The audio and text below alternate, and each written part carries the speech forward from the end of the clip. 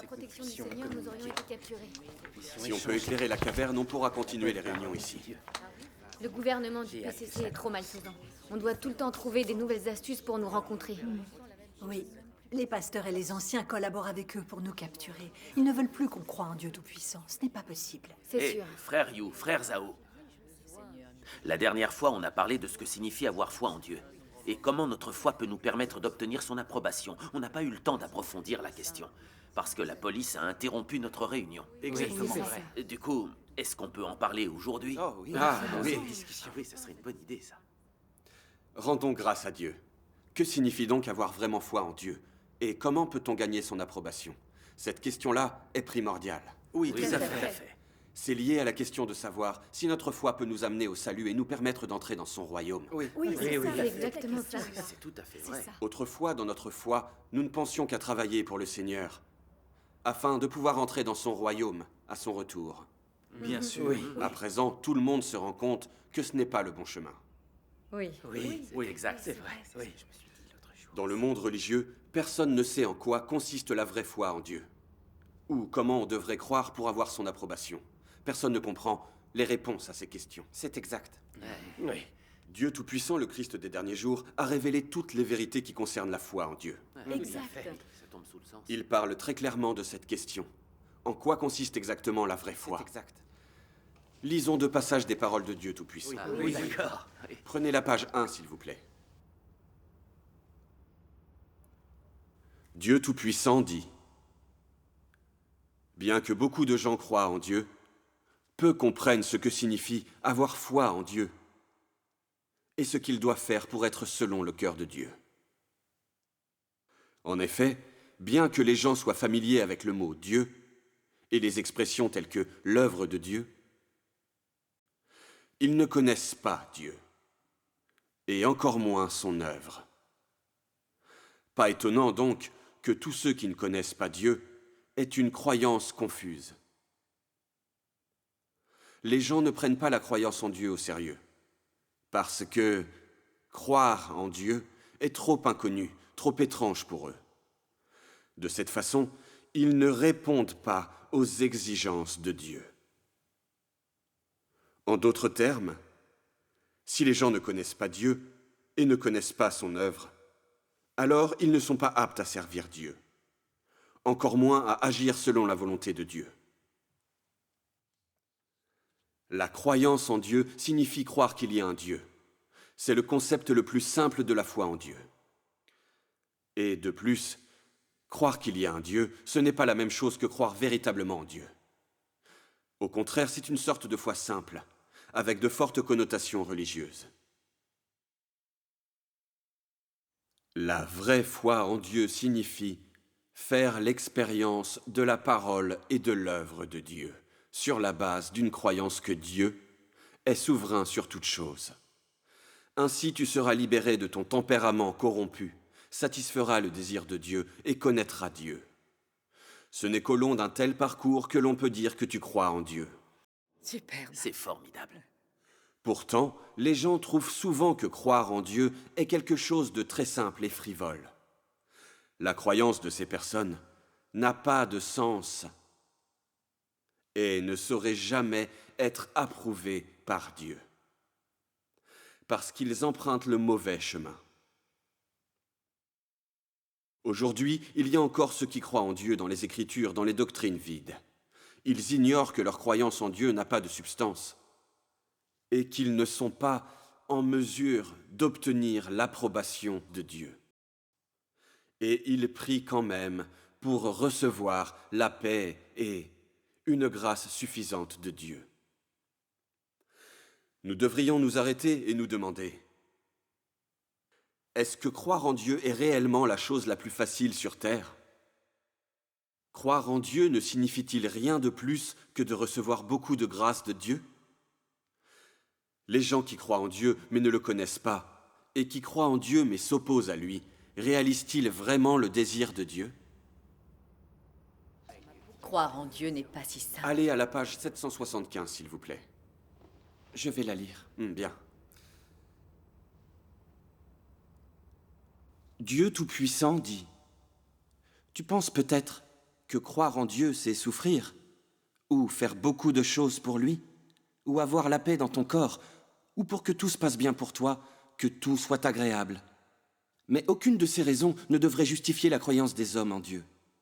Si c'est vraiment ce que tu crois, alors ta perspective est incorrecte, et tu ne pourras tout simplement pas être parfait.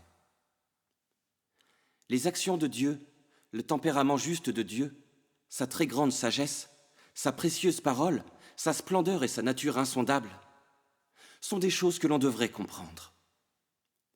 Utilise cette compréhension pour te débarrasser des demandes personnelles, ainsi que des espoirs et des conceptions individuelles qui sont dans ton cœur. Ce n'est qu'en éliminant ces éléments que tu pourras répondre aux conditions posées par Dieu. Ce n'est que par ça que tu pourras avoir la vie et satisfaire Dieu. Croire en Dieu vise à satisfaire Dieu. Vivre avec le tempérament qu'il exige. Laisser ses actions et sa gloire se manifester sur ce groupe de personnes indignes. C'est la bonne perspective pour croire en Dieu, et aussi le but que tu devrais rechercher. Tu devrais avoir l'intelligence de croire en Dieu et chercher à obtenir la parole de Dieu. Tu dois manger et boire sa parole, être capable de vivre la vérité, et surtout de voir les actes concrets de Dieu, ses merveilles à travers tout l'univers, ainsi que l'œuvre qu'il accomplit dans la chair. Par leurs expériences réelles, les hommes peuvent apprécier comment Dieu fait exactement son œuvre en eux et ce qu'est sa volonté sur eux. Tout cela a pour but d'éliminer leur tempérament satanique corrompu. Débarrasse-toi des impuretés et des saletés qui sont en toi. Débarrasse-toi de tes mauvaises intentions. Et tu pourras bâtir une vraie foi en Dieu. Ce n'est qu'en ayant la vraie foi que tu peux véritablement aimer Dieu. Tu ne peux réellement aimer Dieu que sur les fondements de ta croyance en lui. Peux-tu arriver à aimer Dieu sans croire en lui? Si tu veux croire en Dieu, tu ne peux pas être indécis à ce sujet. Certaines personnes sont pleines de vigueur dès qu'elles voient que la foi en Dieu leur apporte des bénédictions, mais perdent toute énergie dès qu'elles voient qu'elles doivent passer par les raffinements. Est-ce cela, croire en Dieu? En fin de compte, la foi en Dieu est une obéissance totale en lui. Tu crois en Dieu, mais tu continues à formuler les exigences envers lui. Tu as de nombreuses conceptions religieuses que tu ne peux pas mettre de côté, des intérêts personnels que tu ne peux pas abandonner. Ou encore tu cherches des bénédictions de la chair, et tu veux que Dieu sauve ta chair, qu'il sauve ton âme. Ce sont là des représentations de gens qui ont une perspective erronée. Même si les personnes ayant des croyances religieuses ont foi en Dieu, elles ne cherchent pas à changer de tempérament, ne veulent pas mieux connaître Dieu, et ne recherchent que les intérêts de leur chair. Beaucoup parmi vous ont des croyances qui relèvent de la catégorie des croyances religieuses. Ce n'est pas du tout la vraie foi en Dieu. Pour croire en Dieu, tu dois avoir un cœur prêt à souffrir pour lui et de la détermination pour renoncer à toi-même. À moins qu'ils réunissent ces deux conditions, cela ne compte pas comme de la foi en Dieu. Et ils ne seront pas en mesure d'atteindre le changement de tempérament. Seules les personnes qui cherchent réellement la vérité, qui essaient de connaître Dieu et recherchent la vie, sont celles qui croient véritablement en Dieu.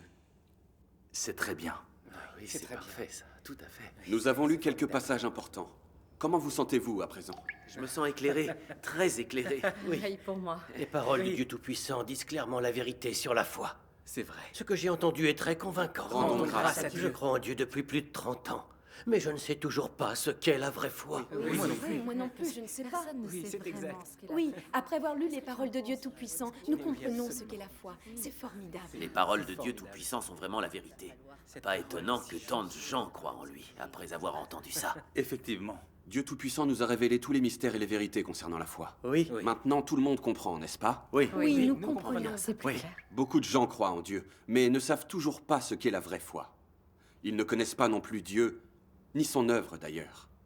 Ce genre de foi est une foi confuse, qui n'obtiendra jamais l'éloge de Dieu. Oui, tout à fait. Dieu Tout-Puissant énonce clairement ce qu'est la vraie foi.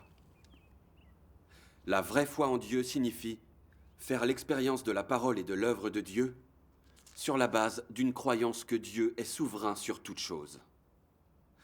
Ainsi, tu seras libéré de ton tempérament corrompu, satisferas le désir de Dieu et connaîtras Dieu.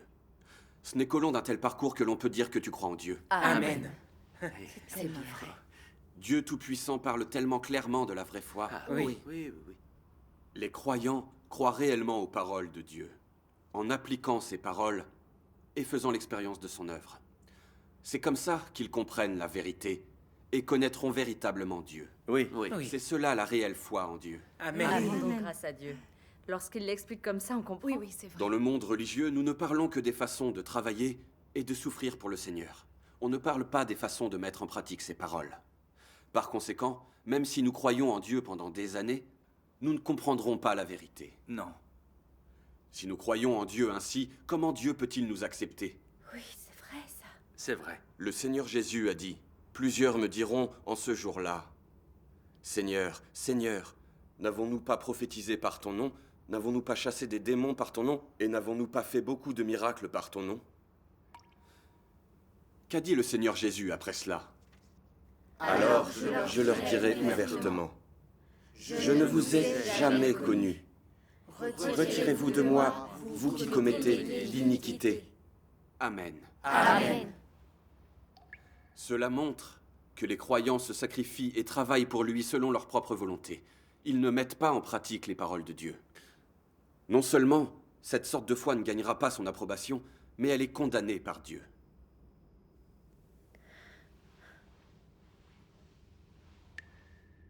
Je repense à l'époque où, en tant que croyant, je ne m'attachais pas à mettre en pratique ses paroles ou à faire l'expérience de son œuvre.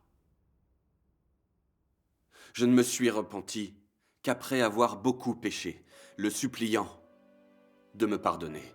Lorsque j'étais dans la détresse, je priais le Seigneur et lui demandais de m'aider. Je pensais que tant que j'apprenais par cœur quelques passages de la Bible, que je m'en tenais aux mots de la Bible et que j'observais les règles, je croyais en Dieu. Je pensais que si je me sacrifiais et travaillais pour le Seigneur avec zèle, je croyais en Dieu de la bonne façon. Je pensais aimer le Seigneur et lui être fidèle. J'étais certain qu'au retour du Seigneur, j'entrerais dans son royaume. Cela a continué jusqu'au jour où j'ai accepté l'œuvre de Dieu Tout-Puissant dans les derniers jours et compris ce qu'il disait. Beaucoup de ceux qui suivent Dieu ne s'intéressent qu'à obtenir des bénédictions ou à éviter un désastre.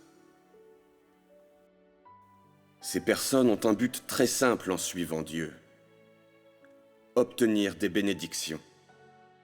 Et ils sont très réticents à participer à tout ce qui ne se rapporte pas à cet objectif.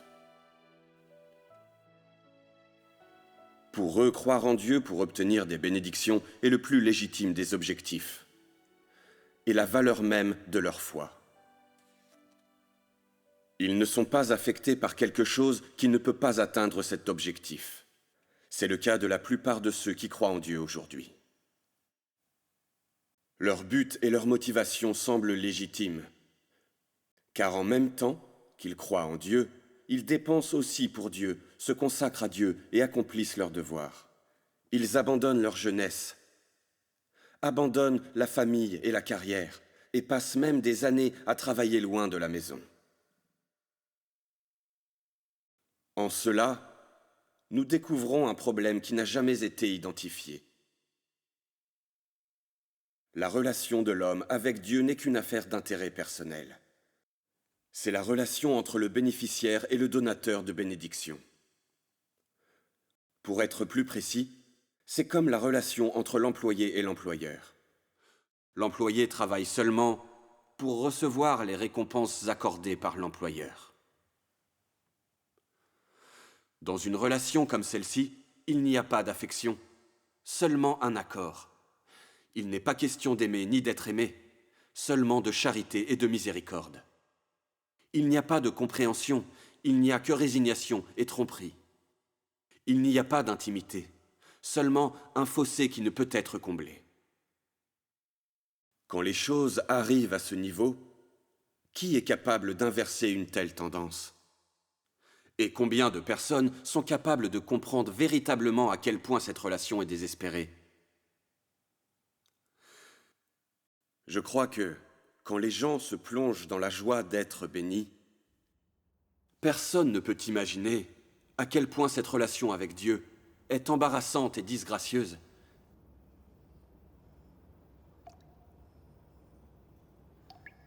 Dans ce passage, Dieu Tout-Puissant va droit au but et révèle la vraie nature des hommes. Ils croient en lui parce qu'ils veulent être bénis. Je me suis rendu compte que les motivations de ma foi étaient vraiment très impures. Je cherchais à obtenir des bénédictions, la grâce et une place au royaume des cieux à ses côtés. Tant que je pourrais bénéficier du royaume des cieux, j'étais prêt à supporter toutes les souffrances et à payer n'importe quel prix. Mais je ne m'attachais pas à mettre en pratique les paroles du Seigneur et à les vivre. Je n'essayais pas d'apprendre à le connaître. Et en conséquence, ma vie n'avait rien à voir avec la vérité qui est contenue dans les paroles de Dieu. J'ai cru en Dieu sans le connaître véritablement. Je pensais que ma simple foi suffirait pour recevoir l'éloge de Dieu et qu'à son retour, je serais emmené dans le royaume des cieux. J'étais vraiment éhonté et ignorant.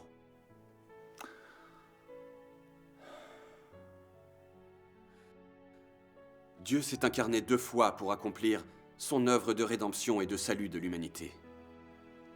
Il a fait cela pour apporter la vérité à l'humanité. Les hommes pourront alors accepter que les paroles de Dieu soient leur vie, ce qui les libérera de la servitude du péché et les rendra obéissants à Dieu. Amen. Je ne comprenais pas la volonté de Dieu. Je ne recherchais pas la vérité, ni la connaissance de Dieu. Je m'intéressais uniquement à la grâce et à la récompense. Même si je sacrifiais quelque chose, ce n'était qu'en échange des bénédictions du royaume des cieux. De quelle façon est-ce que je croyais en Dieu? Comment étais-je aimant et fidèle envers Dieu? Il est clair que j'essayais de négocier avec Dieu. J'essayais de me servir de lui et de le tromper.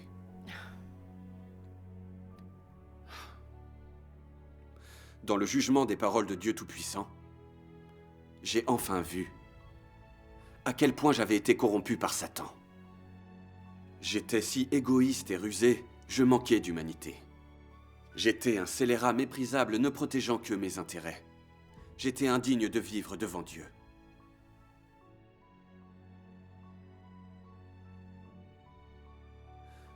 Dieu est le créateur de toutes choses. Je suis sa création. Il est juste et correct que je croie en Dieu et que je sacrifie tout pour lui. Il y va de mon devoir. C'est ma responsabilité en tant qu'être créé. Amen. J'étais dénué de raison ou de conscience. Quand je sacrifiais quelque chose ou que je souffrais, en fait, j'essayais de négocier avec Dieu. Je voulais qu'il me dédommage, qu'il me récompense. Avec une telle foi que j'utilisais pour tromper Dieu, comment pouvais-je ne pas provoquer sa haine?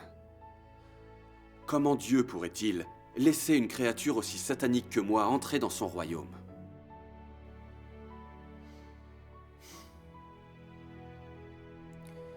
Un jour, je me suis agenouillé devant Dieu, en priant et en me repentant.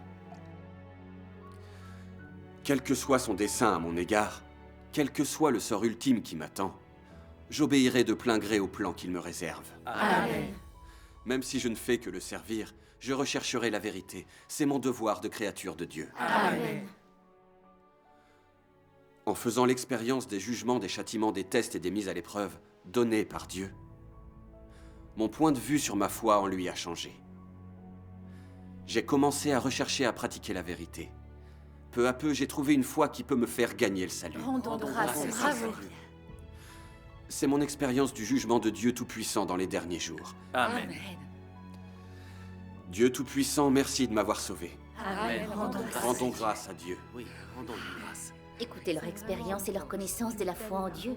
Voilà ce que signifie mettre en pratique ces paroles et faire l'expérience de son œuvre. Ah oui. Oui, et maintenant, examinons comment on a pratiqué notre foi. Comment on a prié et compris la Bible. Comment on s'est sacrifié et on a travaillé pour lui. Oui. On a fait tout cela pour gagner des récompenses et entrer dans le royaume des cieux. Ce n'est pas ça la vraie foi en Dieu. Ce n'est en fait qu'une foi confuse. Oui, c'est exact. Dans le monde religieux, nous croyons en Dieu, mais pas comme il faut. Nous vénérons le nom du Seigneur Jésus, mais nous ne recherchons pas la vérité, et nous n'acceptons pas le retour du Seigneur Jésus. Si nous continuions ainsi pendant 100 ans, nous ne pourrions pas être lavés de nos péchés. Exact. En fin de compte, ceux d'entre nous qui ne changent pas, ne sont-ils pas Satan? Comment iront-ils dans le royaume des cieux? Oui. C'est vrai. Après avoir fait l'expérience du jugement de Dieu Tout-Puissant, j'ai compris que j'avais été très profondément corrompu par Satan. J'étais déraisonnable et rempli d'arrogance. J'avais l'apparence de quelqu'un qui pouvait prêcher l'évangile, travailler, endurer la souffrance, disserter sur les paroles de la Bible et en apprendre des passages. Je pensais connaître Dieu. J'étais prétentieux et je me croyais supérieur. En réalité, je ne priais pas Dieu. Je ne cherchais ni vérité ni principe. Je faisais juste n'importe quoi en suivant mes propres idées. C'était particulièrement vrai en ce qui concerne le retour du Seigneur. Je limitais Dieu à la Bible, en me fondant sur ses propres idées. Je pensais que toutes ses paroles et son œuvre étaient dans la Bible, et qu'aucune de ces paroles ne pouvait exister en dehors. Je maintenais obstinément que les gens qui croient en Dieu devaient se cantonner à la Bible, et je me disais, comment une personne qui ne se cantonne pas à la Bible peut-elle croire au Seigneur?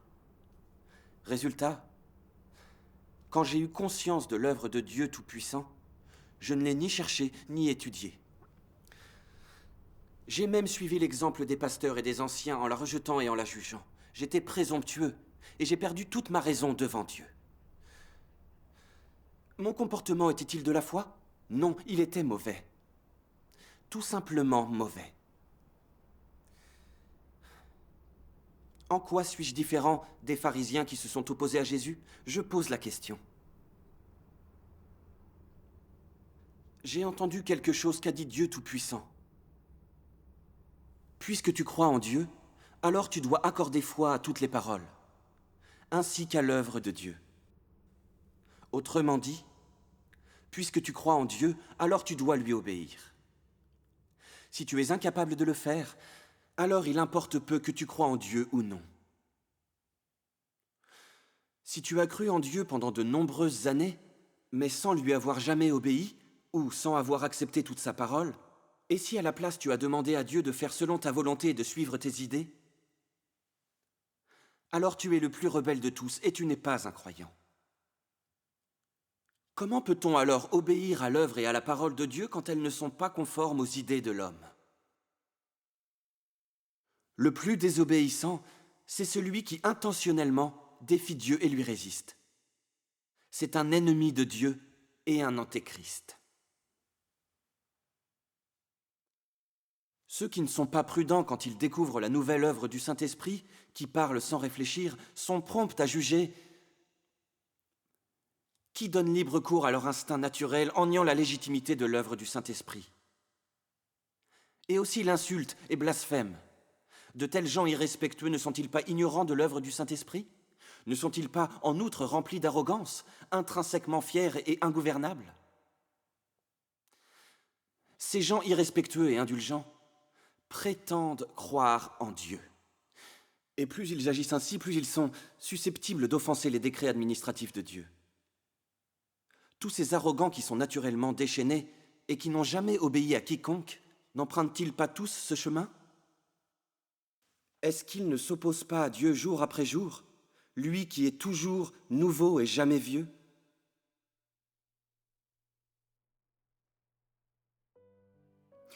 Chaque parole de Dieu est enfoncée dans mon cœur.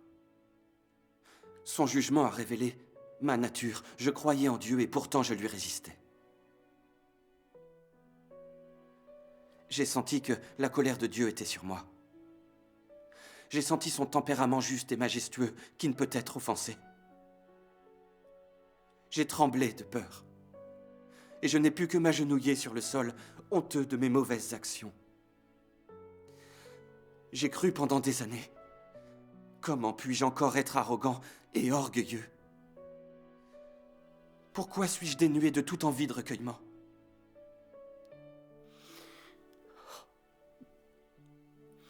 Comme l'œuvre de Dieu ne correspondait pas à mes conceptions, Je l'ai jugé, je l'ai nié à ma guise. Je n'ai pas du tout recherché la vérité ni obéi à Dieu. Ne suis-je pas un arrogant qui croit en Dieu mais continue de lui résister? Il y a longtemps que mon comportement a offensé le tempérament de Dieu. Sans la miséricorde et le salut de Dieu, j'aurais été envoyé en enfer depuis longtemps. Comment ai-je pu avoir l'occasion d'entendre sa voix et d'accepter sa purification dans les derniers jours? Rendons grâce à Dieu. Dieu est miséricordieux. J'ai senti dans mon cœur que j'avais réellement été sauvé par Dieu. Oui, Dieu soit loué. Ce jour-là, je me suis haï plus que jamais. Je me suis dit, quelle que soit la façon dont Dieu me jugera, me châtiera, me mettra à l'épreuve ou me purifiera, je l'accepterai, je lui obéirai. Amen. En lisant les paroles de Dieu Tout-Puissant et en faisant l'expérience de son jugement, je comprends à présent de nombreuses vérités qui m'échappaient avant. Rendons grâce à Dieu. C'est bien. Je prends conscience de ma nature satanique qui m'a amené à trahir Dieu. Dieu soit loué. J'ai également à présent une réelle connaissance de la sainte essence de Dieu et de son tempérament si juste. Loué soit Dieu. Loué soit Dieu. Inconsciemment, j'ai éprouvé de la vénération pour Dieu et une soif de vérité. Je suis beaucoup plus humble qu'auparavant. Je ne suis plus tout aussi arrogant et présomptueux. Lorsque je dois faire face à quelque chose, je peux désormais renoncer à moi-même, rechercher la vérité et l'appliquer. Mon tempérament de vie a changé progressivement. C'est le résultat de mon expérience du jugement et du châtiment de la parole de Dieu. Amen. À présent, je comprends enfin ce qu'est la véritable foi en Dieu. Je comprends la valeur réelle et le sens de la foi en Dieu. Amen. C'est ce que les croyants n'ont jamais accompli pendant l'ère de la grâce. Oui, Exact. Exactement. Oui, Il a Dans raison. les religions, Il a tout à on n'avait fait jamais entendu quelqu'un dire que le jugement de Dieu avait transformé son tempérament. Oui, c'est vrai. Ce dont on parle, c'est du témoignage de la grâce. On se rend compte alors à quel point on est en retard. Oui. Pendant l'ère de la grâce, la majorité d'entre nous ne pensait qu'à imiter Paul. On travaillait et on souffrait pour Dieu. On préférait souffrir en prison plutôt que de le nier. Oui. Ce genre de foi peut-il transformer notre tempérament de vie? Non, jamais. Peut-il nous permettre de réellement obéir à Dieu et de l'aimer? Non, jamais. Au bout du compte, cette foi peut-elle nous permettre de vaincre Satan pour toujours? Peut-elle vraiment satisfaire Dieu? Sûrement pas. Dieu exprime la vérité et accomplit son œuvre, et demande aux hommes de mettre ses paroles en pratique et de les vivre. Il le fait pour transformer leur tempérament de vie et les soustraire à l'influence de Satan. Ils peuvent alors le connaître et lui obéir. C'est ce que peut accomplir la véritable foi en Dieu. Amen. Beaucoup pensent que tant qu'ils travaillent pour Dieu, leur conduite est conforme à sa volonté, Oui. et qu'à son retour, ils seront emmenés dans le royaume des cieux. Réfléchissez-y bien. Oui. Dieu accomplit son œuvre avec nous. Agit-il de la sorte afin qu'après avoir diffusé son œuvre et souffert en le faisant, nous lui déclarions ceci: j'ai combattu le bon combat. J'ai achevé la course, j'ai gardé la foi. Désormais, la couronne de justice m'est réservée. Non, bien sûr que Oh non. non. Est-ce cela que Dieu exige du genre humain? Non. Est-ce la volonté de Dieu? Sûrement pas. Est-ce ainsi que nous comprenons la foi? Si oui, nous nous méprenons sur lui. Il semble que si on ne vit pas le jugement de Dieu dans les derniers jours, nous ne comprendrons jamais la vérité. C'est exact. Notre foi n'aura été qu'une foi confuse. C'est vrai. Regardez leur foi en Dieu. Ils vivent le jugement et la purification grâce aux paroles de Dieu. Ils recherchent la connaissance de Dieu. Ils témoignent qu'ils ont vaincu Satan et transformé leur vie. C'est ça. Exact. Maintenant, regardez-nous. On pêche souvent et on se confesse, mais on ose quand même demander à Dieu sa grâce et sa bénédiction. Où se trouve la réalité de notre foi en Dieu? Exact. Je vous le demande, comment peut-on se comparer à eux? Tu as raison. C'est vrai. Nous croyons aussi en Dieu, mais nous sommes si loin derrière eux. Oui. Apparemment, les croyants qui n'acceptent pas le jugement et la purification de Dieu Tout-Puissant seront abandonnés. Exact. Oui, c'est vrai. Frère Yu, Oui. frère Tu as Zhao, raison. vos expériences personnelles du jugement de Dieu Tout-Puissant m'ont énormément touché. Que Dieu soit loué. Comment vous expliquer? Je crois en Dieu depuis de longues années, mais je ne savais pas ce que cela voulait dire. Il est certain que je ne savais pas quel genre de personne Dieu comptera comme sienne à la fin. Oui. Je me basais sur mes idées et sur mon imagination. Je pensais que grâce à mon travail pour Dieu, je recevrais sa récompense et j'entrerais dans son royaume. Oui. J'étais loin de me douter que ce genre de foi était mauvais et que Dieu le haïssait et le condamnait. Oui. Oui. Cependant, vous avez compris la vérité grâce à votre propre expérience à travers sa parole. Vous avez clairement vu votre nature satanique pleine d'arrogance et de duplicité. Vous vous êtes haï et repenti. Cela m'a permis de voir que si on ne fait pas l'expérience du jugement de Dieu, on ne connaîtra pas Dieu, même si on reste dans l'Église et si on croit en Dieu toute notre vie. Exact. De plus, nous ne serons certainement pas capables de changer, d'être purifiés ou d'être sauvés. C'est vrai. Oui, c'est tout à fait ça. Oh oui, Rendons c'est grâce ça. à Dieu. Rendons grâce à Dieu. Maintenant qu'on a dit tout cela, est-ce que vous comprenez ce qu'est la véritable foi en Dieu? Oui. Ça y est. Peut-on croire en Dieu sans vivre son jugement ou sa purification dans les derniers jours? Non. Peut-on connaître Dieu en croyant en lui, mais sans faire l'expérience du jugement de sa parole? Non. Peut-on comprendre la volonté de Dieu, lui obéir et l'adorer, si on ne pratique pas ses paroles, ou si on ne fait pas l'expérience de son œuvre sacrée? Sûrement Non, pas. absolument pas. Absolument pas. C'est pourquoi, si on veut vraiment connaître Dieu et transformer notre tempérament, il est extrêmement important d'accepter l'œuvre du jugement de Dieu et d'en faire l'expérience. Oui. Oui, c'est vrai. Oui. Oui, c'est cela. Lisons une autre parole de Dieu Tout-Puissant. Oui. Allons-y. Allez à la page 5. Ah oui. Lisons ensemble. On va lire. Dieu Tout-Puissant dit: si les gens restent dans l'ère de la grâce, alors ils ne seront jamais libérés de leur tempérament corrompu. Et ils connaîtront encore moins le tempérament inhérent de Dieu. Si les gens bénéficient toujours d'une abondance de grâce, mais n'ont pas emprunté le chemin de la vie qui leur permet de connaître Dieu et de satisfaire Dieu, alors ils ne gagneront jamais sa confiance, bien qu'ils croient en lui. Quelle forme pitoyable de croyance est-ce? Lorsque tu auras vécu chaque étape de l'œuvre de Dieu incarnée à l'ère du règne, tu auras l'impression que les espoirs de nombreuses années se sont finalement réalisés.